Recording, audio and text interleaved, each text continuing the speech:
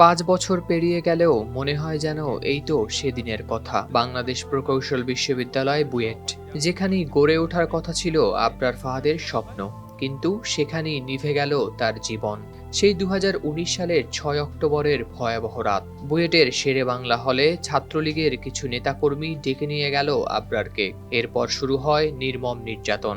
যে নির্যাতনেই শেষ হলো তড়িৎ ও ইলেকট্রনিক্স প্রকৌশল বিভাগের ২য় বর্ষের ছাত্র আবরার ফাহাদের পৃথিবীর যাত্রা।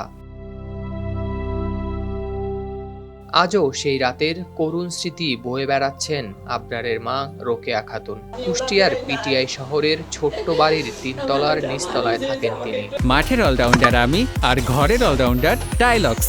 টাইলক্স টয়লেট ক্লিনার, ক্লিন মানেই টাইলক্স।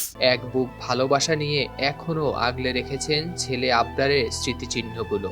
শোকেসের ভেতর যত্ন করে রাখা আছে ছেলের ব্যবহৃত ল্যাপটপ, মুঠোফোন, হাতঘড়ি, পরিচয়পত্র, এমনকি সেই চকলেটও যা মুখে নিয়ে আবরার ঘুমাতো।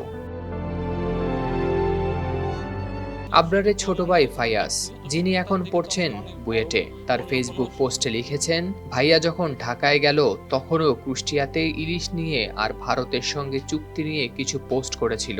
এরপর ওকে ডেকে নিয়ে নির্মম নির্যাতন করা হয়, আর বাসায় আসে তার মৃত্যুর সংবাদ। আবরার হত্যা মামলায় তদন্তে উঠে আসে ভয়াবহ চিত্র। শিবির সন্দেহে আবরারকে ডেকে নিয়ে গিয়ে রাতভর পেটানো হয় তাকে।